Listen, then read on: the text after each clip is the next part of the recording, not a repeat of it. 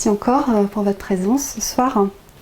Je vais d'abord démarrer la lecture d'une partie de mon livre.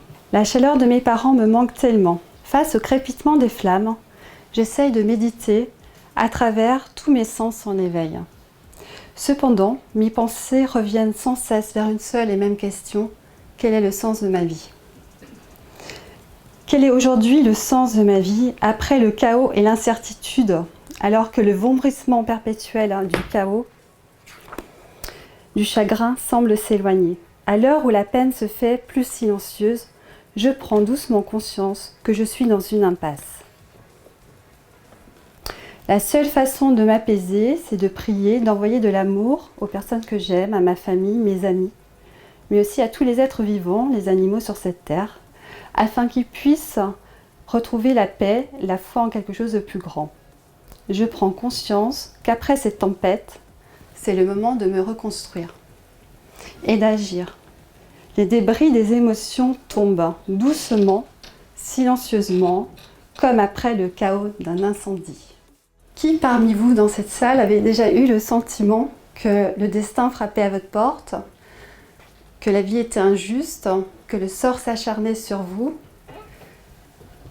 Quelles ont été vos pensées, vos émotions?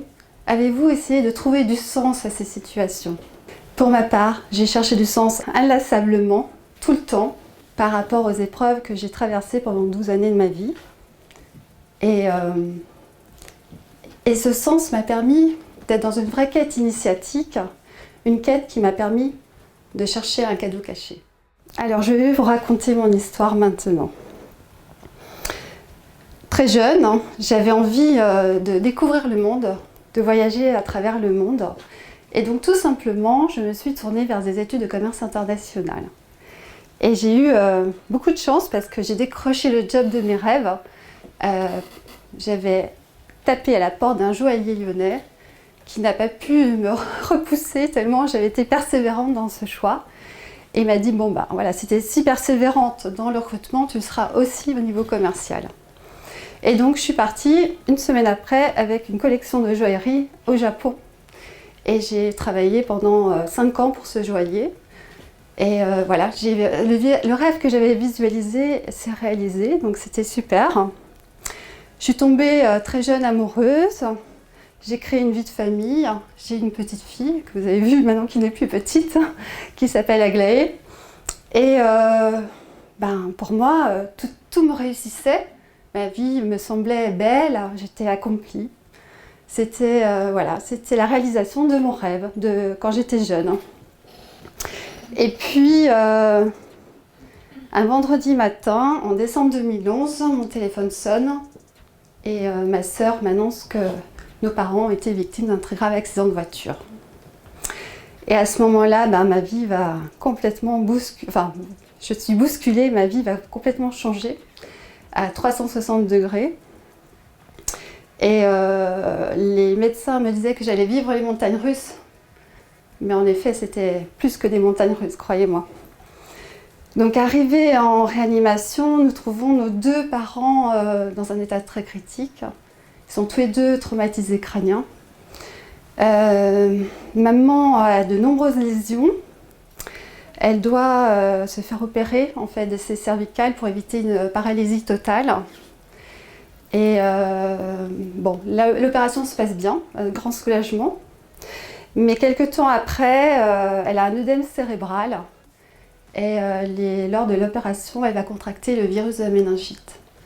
Et là, on ne sait pas, mais en fait, elle partira quelques temps après. Donc 4 mois après l'accident. Papa, lui, pareil, traumatisé crânien. Il est resté 10 semaines dans le coma. 10 semaines, c'est très long. Et les médecins avaient très peu espoir qu'il puisse se réveiller de son coma. Finalement, il s'est réveillé quelques temps avant le décès de maman. Et puis, nous avons pu l'emmener... ils étaient tous les 2 hospitalisés à Lyon à l'époque. Et nous avons pu le faire rapatrier en fait, sur Strasbourg. Et il est resté dans un taux d'invalidité à 95%. Donc 1 an et demi hospitalisé ici. Et puis, bien évidemment, son son état de santé ne permettait pas de l'intégrer dans un centre de rééducation. Donc avec ma sœur, nous avons décidé de le placer dans un lieu juste à côté de chez moi et de mettre en place en fait une équipe 24 heures sur 24, une équipe médicale et 7 jours sur 7. Bien évidemment, ça n'a pas été facile à gérer. Voilà, de nombreux allers-retours aux urgences. C'était assez compliqué à gérer au quotidien. Et puis, il est décédé en 2018, juste avant une intervention chirurgicale. Donc après son décès, pour moi, c'était un soulagement, je l'avoue, parce que mon père était enfermé dans son corps.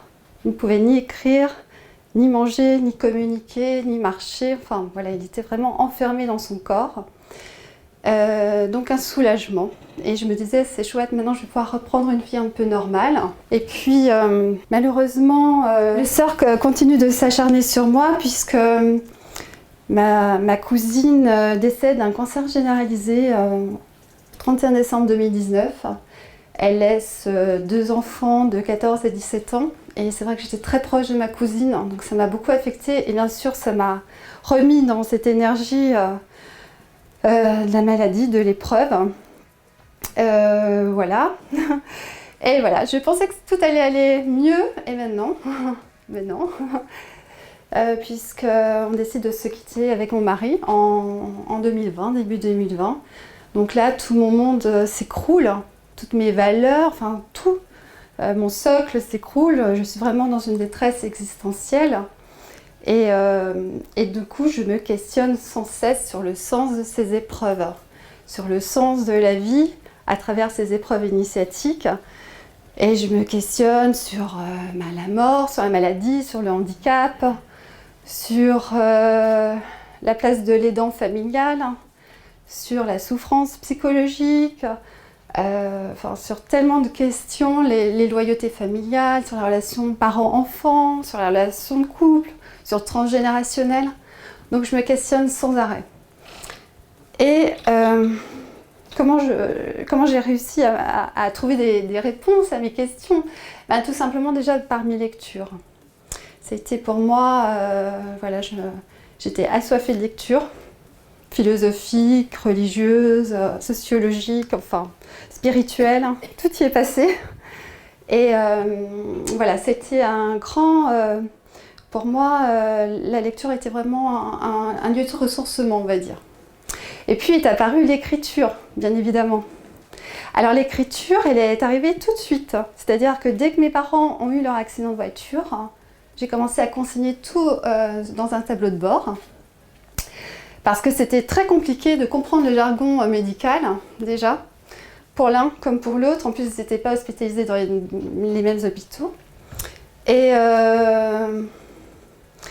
donc, voilà, j'ai commencé à écrire. Et puis c'est vrai que ça me paraissait d'être utile aussi. Je me disais, voilà, ça va me permettre de garder une trace si jamais mes parents retrouvent leur mémoire, de pouvoir partager avec eux ce qui s'est passé.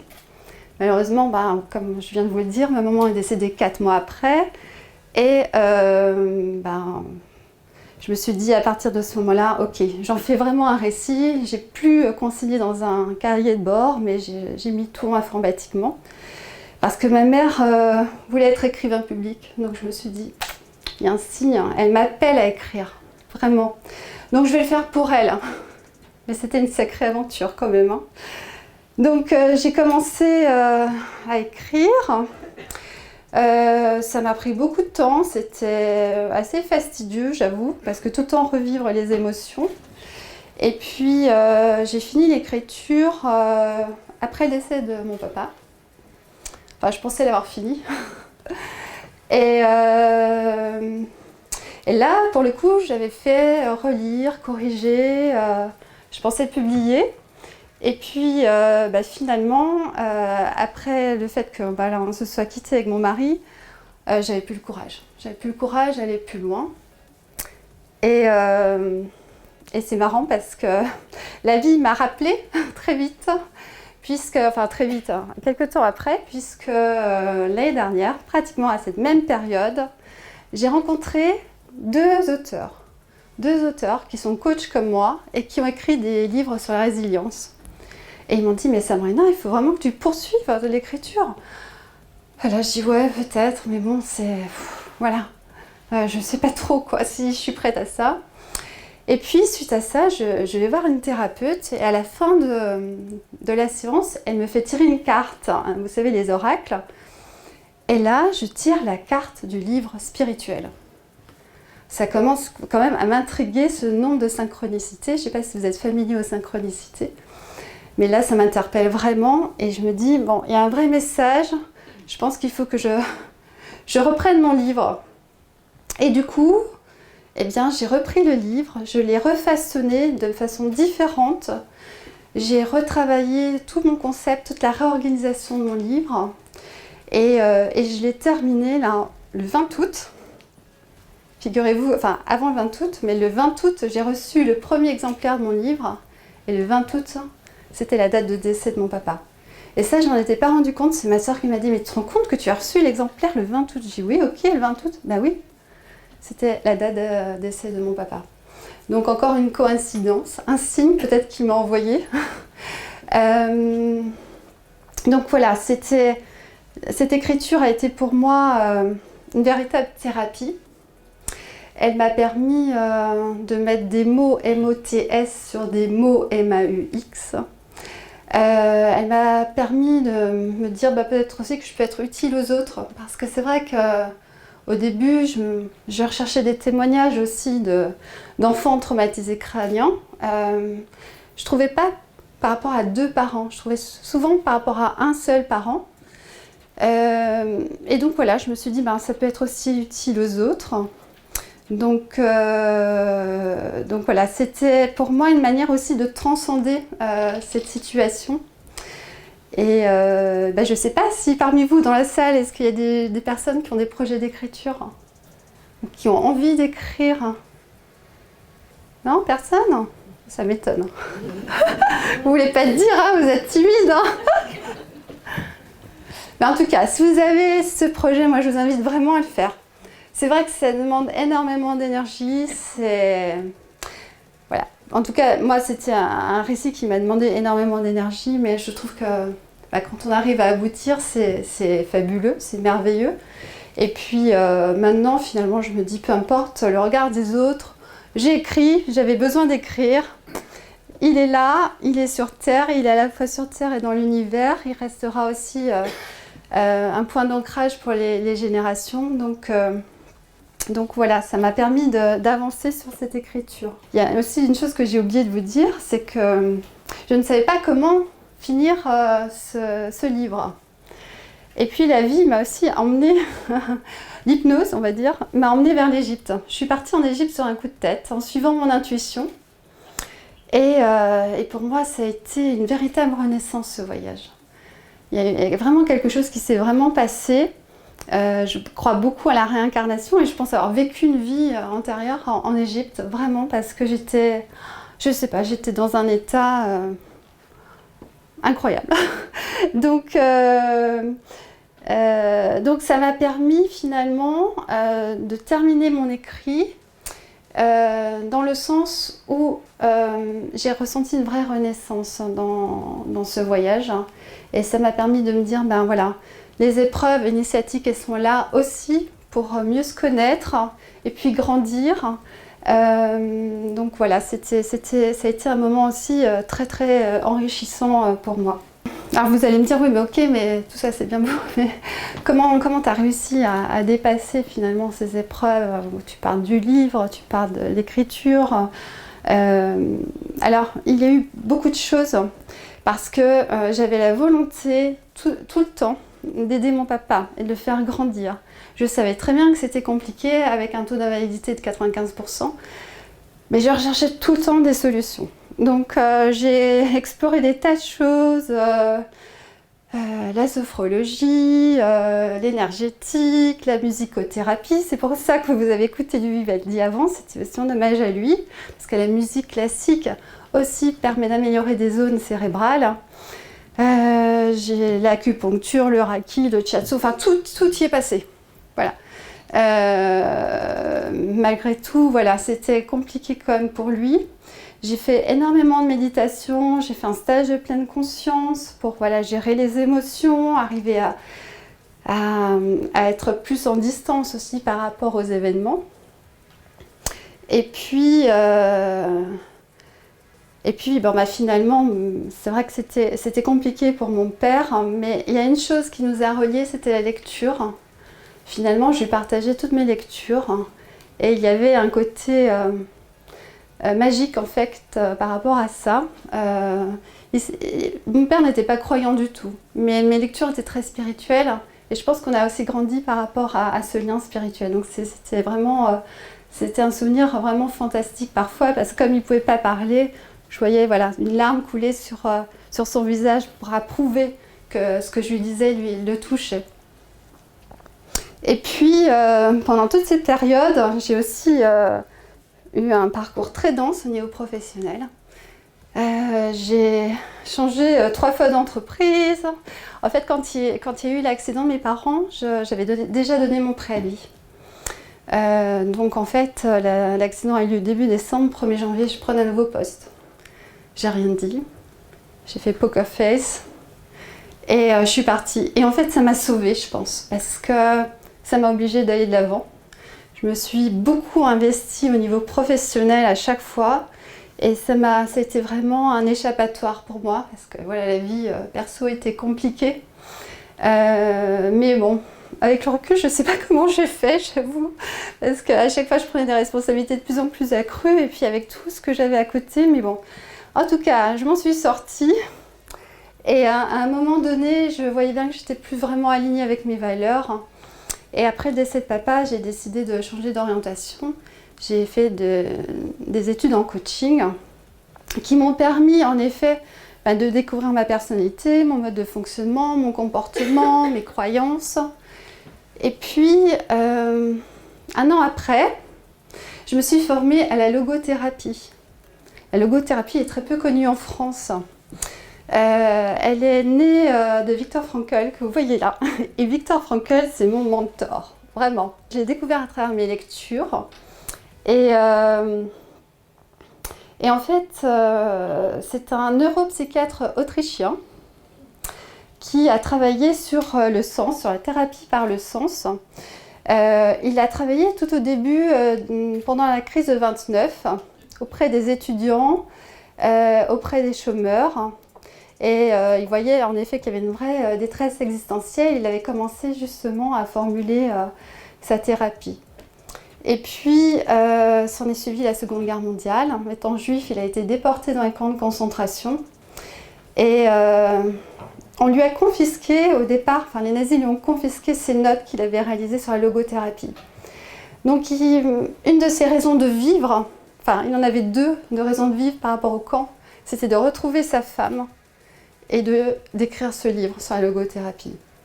Alors logos, en grec, c'est le langage et c'est les raisons. Pour Frankl, il faut chercher nos raisons de vivre. Donc c'est vrai qu'il est vraiment très attaché à la quête de sens. Et quand j'ai su qu'il avait une école à Paris, ça fait beaucoup de sens pour moi. Et donc je me suis inscrite à sa formation pendant 1 an. Et là, pendant toute cette formation, nous avons eu à écrire une autobiographie dirigée qu'on appelle le logo-récit et qui m'a beaucoup aidée par rapport à mon livre. Et c'est pour ça que vous allez retrouver dans mon livre beaucoup d'analyses par rapport à l'approche de Viktor Frankl. Dans ce logo-récit, qu'est-ce qu'on fait? On analyse tous les pans de notre vie. La petite enfance, notre scolarité, nos relations avec nos parents, les études secondaires, l'âge jeune adulte, le présent, le futur proche, mais aussi le futur lointain, notre décès, les traces qu'on va laisser sur Terre.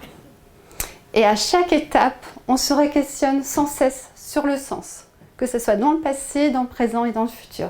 Croyez-moi, c'est très puissant. Et c'est vrai que ça m'a aussi beaucoup guidée sur le processus de mon livre. Voilà, pour la petite histoire avec Frankl, qui est, je pense, parmi nous là ce soir. Suite à ça, je suis une éternelle étudiante, hein. Suite à ça, j'ai un ami qui est ici parmi nous, qui s'intéresse beaucoup au tarot. Et il m'a proposé de faire mon analyse de référentiel de naissance. Et à partir des arcanes du tarot, on peut voir notre chemin de vie et aussi la partie transgénérationnelle.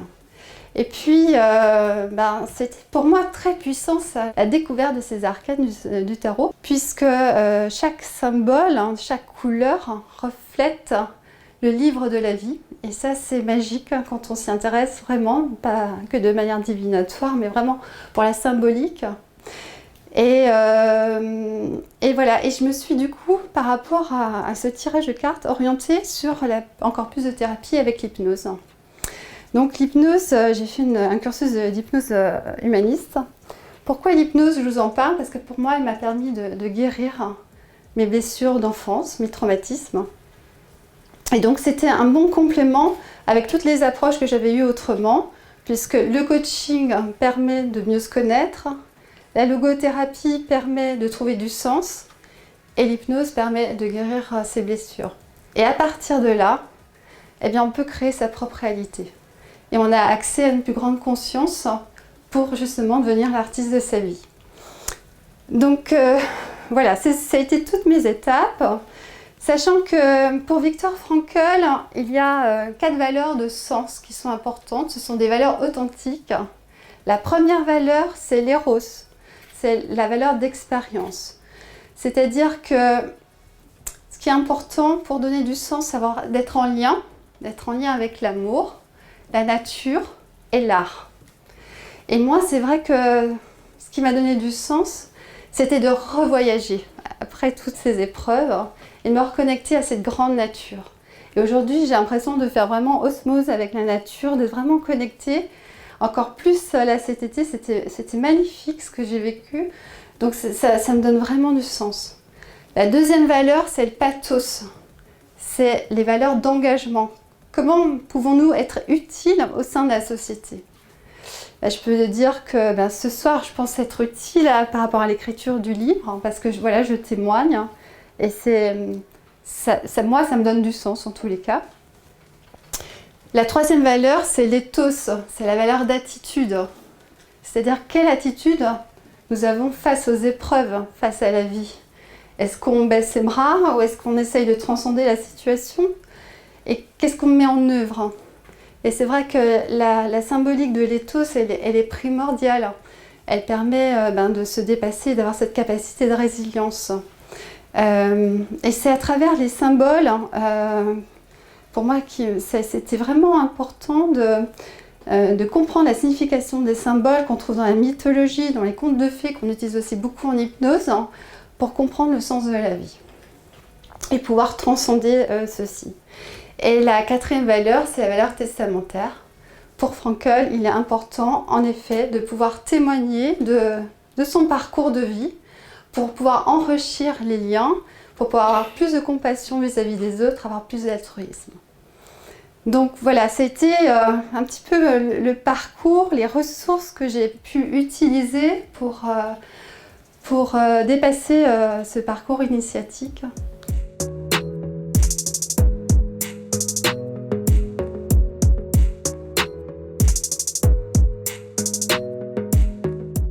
Le plus facile, je pense, c'est l'écriture. L'écriture, ouais. Même si c'était dur, mais finalement, c'est le plus simple à vivre. Bien sûr, sans cesse, surtout là sur le dernier temps, parce que j'ai dû reprendre l'écriture, j'ai dû reprendre la construction du livre. Donc je me suis replongée à nouveau dans ces émotions, mais je pense que j'avais le recul suffisant. Et oui, ça c'est le plus facile par rapport à assister ses parents sur le lit de mort, sur le handicap, sur toutes les épreuves que j'ai pu vivre, c'était finalement ça va. Hein. Même si ça va pas, même si c'est imparfait, à la limite on s'en fiche. Enfin, il y a quelque chose de plus grand que ça. Donc c'est pour ça que l'écriture pour moi était quand même compliquée parce que voilà, j'ai eu ce fameux syndrome de l'imposteur que tout le monde connaît. Et oui, qu'est-ce qu'on va dire de moi? Est-ce que mon écriture est suffisamment belle? Est-ce que si? Est-ce que ça? Bon, ok, on se fout un peu la paix. Enfin, je dis ça, mais ça n'a pas toujours été le cas. Et ouais, on fait avec nos imperfections, on fait avec notre vulnérabilité. Voilà, on est tous humains. Enfin, je pense que tout le monde comprend qu'on est tous imperfectibles. Et c'est pas grave. Donc voilà, je sais pas si j'ai répondu à ta question. Merci.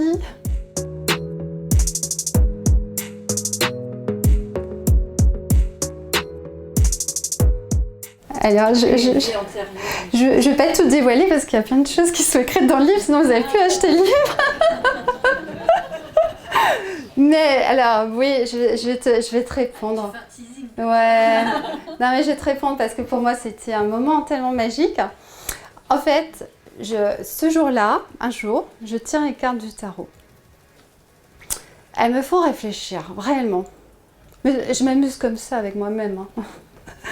Et je me dis, bon, il y a quelque chose là qui me surprend dans ce tirage. Alors je me mets en auto-hypnose. Hein. Et là, je rencontre Isis. Et là, elle me dit d'aller en Égypte. Et je sors de mon hypnose et les larmes, elles coulent. Et je me dis, mais Sabrina, c'est complètement irrationnel. Et bien, je suis mon intuition et je pars. Et trois semaines après, je partais avec les voyages d'Isis. Voilà. Et donc, j'ai pas fait de voyage de régression dans une vie antérieure, mais Isis a été vraiment très présente. Et par contre, en entrant dans un temple, je me suis vue dans les ailes d'Isis. Enfin, j'ai vu Isis, ou c'était moi, je sais pas trop, avec toutes les lignées familiales.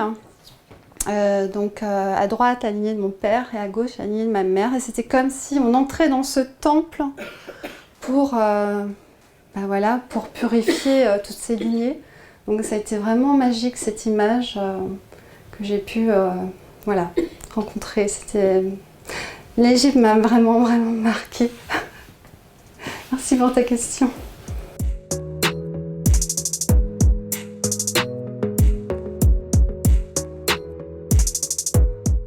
Oui, clairement. Alors avant l'accident, je pratiquais le yoga. Je commençais tout doucement là-dessus. Je pratiquais un petit peu de yoga, mais c'était vraiment léger. Et c'est vrai que, je sais pas,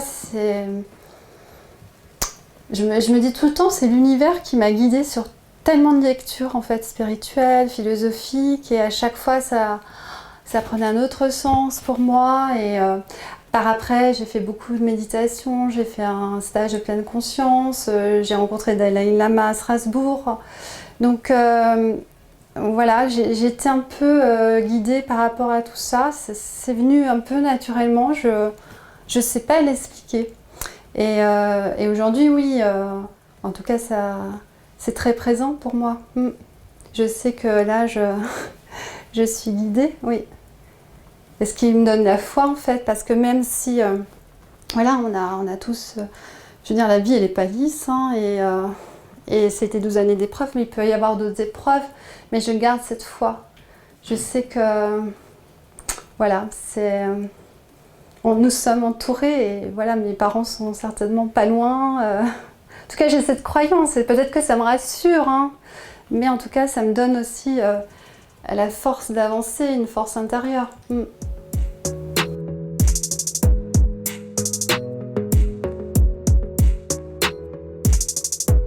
Ah oui, alors le sens, on peut trouver autrement que dans la mission d'âme. Le sens, c'est aussi avoir des projets dans sa vie professionnelle, personnelle, un projet humanitaire, un engagement. En tout cas, c'est la définition de Frankl. Mais d'après Frankl, lui, il dit que chaque personne a un Dieu inconscient. Donc ce Dieu inconscient, c'est en effet l'âme, hein, certainement dont il entend. Et donc on peut relier les deux, mais pas nécessairement d'après moi, enfin d'après mon expérimentation, enfin mon expérience, ma propre expérience, parce que on peut avoir du sens dans l'écriture d'un livre, on peut avoir du sens dans une cause humanitaire. Mais c'est vrai que j'ai cherché beaucoup mon chemin de vie, oui. L'âme, où est l'envie de m'envoyer. Et à travers les cartes du tarot, justement, ça a été vraiment puissant chez moi. Puisqu'après, je me suis formée, j'appartiens aussi à une communauté spirituelle, et il y avait aussi un enseignement sur les arcanes du tarot. Et l'enseignement est tellement puissant, c'est vraiment incroyable. Et on a fait à partir des dates de naissance aussi notre prénom et nom de famille, le chemin de l'âme. Alors on ne le trouve pas comme ça, hein. Ça prend du temps, mais ça permet vraiment d'aiguiser, d'affiner. Et, voilà, après c'est tout l'émerveillement de la vie, savoir où on va, mais on ne sait pas vraiment, c'est justement ça qui est fabuleux.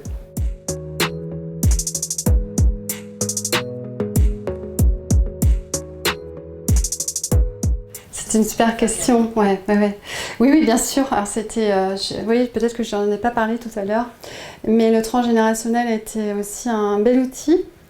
Maman avait déjà fait des recherches, beaucoup sur le transgénérationnel avant son décès, donc elle avait laissé pas mal de choses et ça m'a beaucoup aidée. Et au-delà de ça, comme je cherchais tout le temps du sens, je voulais savoir pourquoi un accident de voiture. Et finalement, en faisant des recherches plus loin, j'ai découvert que mon grand-père avait eu un très grave accident de voiture. Il faisait partie d'un bus qui a percuté un train. Il s'en est sauvé. Et après, il a eu un autre accident de voiture avec mon oncle où ils ont aussi percuté une voiture, ils étaient à bord d'un camion. Et moi-même et ma sœur, nous avons eu comme 2 accidents de voiture aussi assez graves. Donc ce schéma des accidents de voiture était répétitif dans notre transgénérationnel. Donc là, pour le coup, j'ai contacté une personne, une psychogénéalogue, et qui m'a permis d'avancer ça et de couper ces schémas répétitifs. Mais oui, bien sûr. Et en hypnose, on travaille aussi transgénérationnel.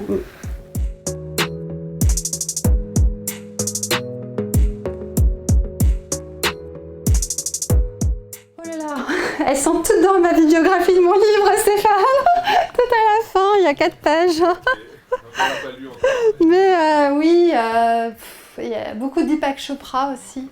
Je me suis aussi beaucoup intéressée à la physique quantique. C'est vrai que j'en ai pas parlé, mais très tôt, j'ai été intéressée par cette physique quantique. J'ai assisté à une conférence aussi à Paris d'un ingénieur au CNRS spécialisé en physique quantique qui faisait aussi des expériences en spiritualité. Donc ça, je trouvais ça génial parce que finalement, on se rend compte que tout se relie. Donc oui, j'ai lu aussi des livres de physique quantique. Voilà, mais tu pourras découvrir toute ma vidéo.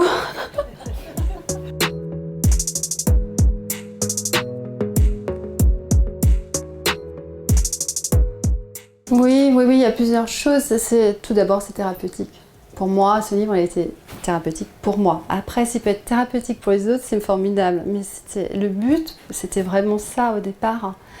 Et puis, après, c'est vrai que ce sentiment d'utilité, transmettre aux autres, je pense que c'est important. Et transmettre aussi à ma fille, parce que voilà, elle pourra le retransmettre aussi à ses enfants. Et voilà, c'est laisser une trace sur Terre aussi, c'est important, je trouve.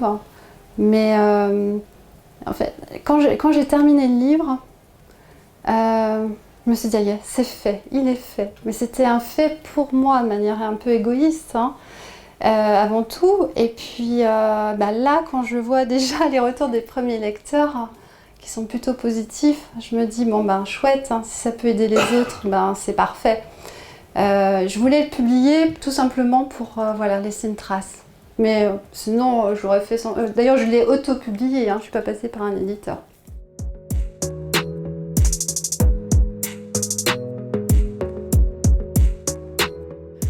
Après le livre, Ton futur proche. mon futur proche, c'est déjà faire la promotion, les conférences, donc c'est déjà beaucoup d'énergie. Et ça m'anime bien, c'est chouette.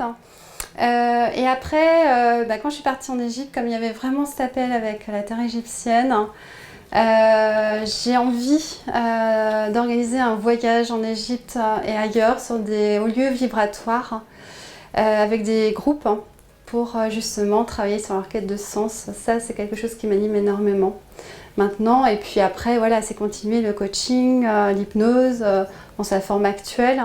Mais c'est travailler aussi en atelier, en événement un peu plus particulier, on va dire. Mais bon, tu sais, tout peut changer, donc je me laisse un peu porter aussi par le fil.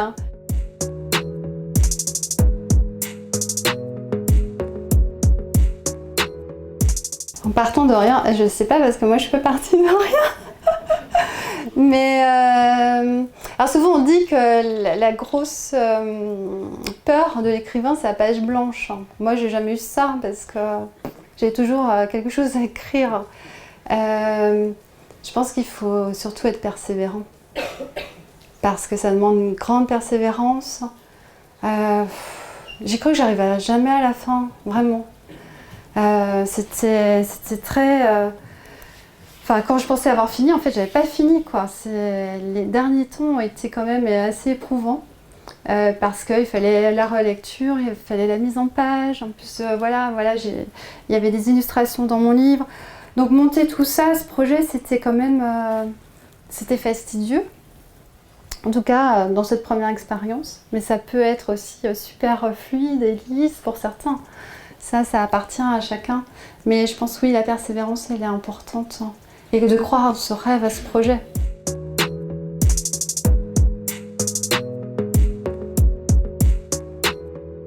Ah ouais, non mais c'est vrai, ça fait partie un peu de mon quotidien. J'analyse tout le temps ce que je vis et j'écris. Je les écris. J'ai 36 000 cahiers. J'ai besoin d'écrire en fait. Mais je crois que ça... J'ai vu ma mère faire ça tout le temps aussi. Donc je pense qu'il y a quelque chose de génétique, je sais pas. Mais je la voyais tout le temps écrire aussi.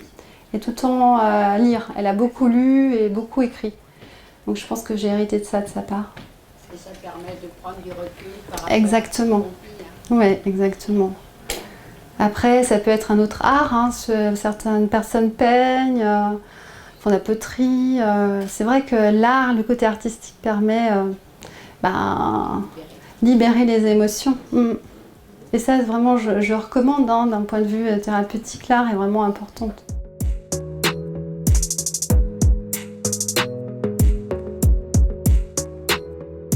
Eh bien, alors justement, tu vas aborder ma conclusion, Marissa. Et oui, vous pouvez peut-être vous demander, mais alors quel est ce fameux cadeau caché dont elle a parlé au début de la conférence? Eh bien, ce cadeau caché, c'est, oui, en effet, c'est devenir qui je suis. C'est-à-dire qu'une fois qu'on s'est délesté de tous nos conditionnements, de tous nos passés, de tous les déterminismes aussi que peut nous impliquer la société, de toutes nos croyances, finalement on se retrouve avec notre véritable nature et c'est juste fabuleux. Moi j'ai l'impression de m'être dépouillée de tellement de couches d'oignons. Vous savez, on parle souvent de couches d'oignons. Là je crois que les couches d'oignons c'est bon quoi, elles ont été libérées et je suis avec qui je suis, moi, véritablement, sans toutes ces couches. Et je m'assume, et je suis reliée au cœur, à peut-être une essence divine aussi, ça je peux dire que voilà, ça fait vraiment partie de ma vie. Et puis aujourd'hui, pour un peu conclure, mais je savoure la vie. Je sais comment elle est précieuse, parce que quand j'ai vu mon père, croyez-moi, une personne qui n'arrive pas à écrire, à communiquer, à parler, à rien faire, mais c'est terrible. Et moi, quand je peux danser, chanter, rire, ou faire, ou travailler, je suis heureuse, hein. Ça me met en joie, c'est vraiment pour moi important, et puis c'est aussi en hommage à mes parents. Donc je suis vraiment en connexion avec ça, à cette vie qui est vraiment fantastique, précieuse. Bien sûr, il y a des moments où ça va pas, hein, comme tout le monde. Mais voilà, je sais que j'ai la foi. Il y a des gens qui me guident, encore une fois, et je le vois à travers les synchronicités. Pour vous donner encore un autre exemple sur ça, la personne qui a fait les illustrations de mon livre, elle s'appelle Nathalie Berthier, elle n'est pas là ce soir, je regrette vraiment. Eh bien, c'était ma première collègue qui a voyagé avec moi à travers le monde. Et elle était devenue une amie, elle était là lors de mon mariage, et puis voilà, les circonstances ont fait qu'on s'est perdu de vue. Et j'ai fait un stage à Lyon, c'était en avril, et je lui dis « Ah tiens Nathalie, je suis là, est-ce que t'es dispo ?» Elle me dit « Ah bah oui, bien sûr, on se voit, etc. » Et je lui parle de mon livre, et là elle me dit « Mais Sabrina, tes illustrations, je peux les faire si tu veux. » Donc c'était fabuleux parce qu'en plus, c'est quelqu'un que j'apprécie beaucoup, qui était là à un moment de ma vie, et qu'elle puisse intégrer ce projet, c'était chouette. Donc tout ça pour dire que oui, voilà, il faut avoir la foi, je pense que c'est important d'avoir cette foi dans la vie, qu'on n'est pas seul, qu'on est guidé, mais il faut juste pouvoir le reconnaître aussi, tout simplement. Ouais, l'espérance ne mène à rien, mais la persévérance mène au droit chemin. Donc pour résumer, pour conclure aussi, parce que peut-être certaines personnes ont besoin de partir, je ne sais pas. Moi j'étais au pied de l'Himalaya, avec un gros sac à dos. J'ai gravi les paliers, les différents paliers. Je suis arrivée au premier palier, j'étais exténuée, j'étais anéantie. Et puis, je me suis dit, de toute façon, il faut grimper, donc allons-y, de toute façon, on n'a pas le choix. Donc, deuxième plateau. Bon, là, je me suis dit, ok, il faut que je trouve du sens. Quel chemin je vais prendre? Bon, alors, on prend quel chemin, là, d'après vous? Compliqué, Allez, on va continuer, on va essayer de monter. Et puis, au fur et à mesure, je me déleste. Je me déleste de tous ces poids, de toutes ces peurs. Et puis, j'observe ce qui se passe autour de moi. Je rencontre des personnes qui me guident, des lectures, des mentors. Et puis j'avance et je ne regarde plus en arrière, j'avance. Et puis jusqu'au moment où j'arrive au sommet de l'Himalaya. Et là, qu'est-ce que je vois? Un magnifique soleil, une lumière resplendissante. Et pour moi, c'est là que la vie est lumière, qui fait référence à mon livre, parce que nous avons tous cette lumière intérieure en nous, et que c'est elle qui nous guide, et c'est elle qui est la plus importante. Donc je vous encourage vraiment tous à explorer cette lumière.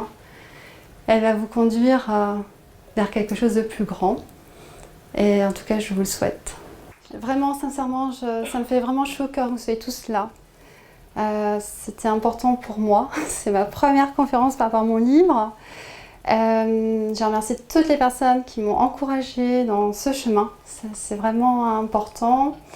Je remercie ma fille, je remercie Vianney également, parce qu'ils sont à mes côtés ce soir et c'est aussi important pour moi. Ma soeur n'a pas pu être présente parce qu'elle est partie en Australie, voilà.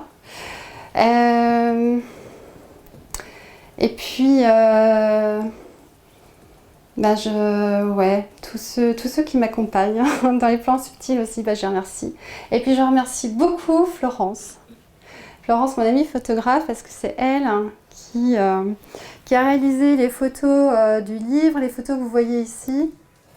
Et puis qui a réalisé ma première page de couverture en mode rush. Voilà, un grand merci pour ton soutien, Florence.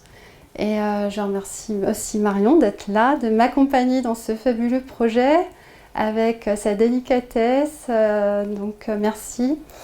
Et aussi également le trèfle, puisque la communauté commune m'a permis d'avoir cette salle ce soir, qui est une très belle salle, et c'est super.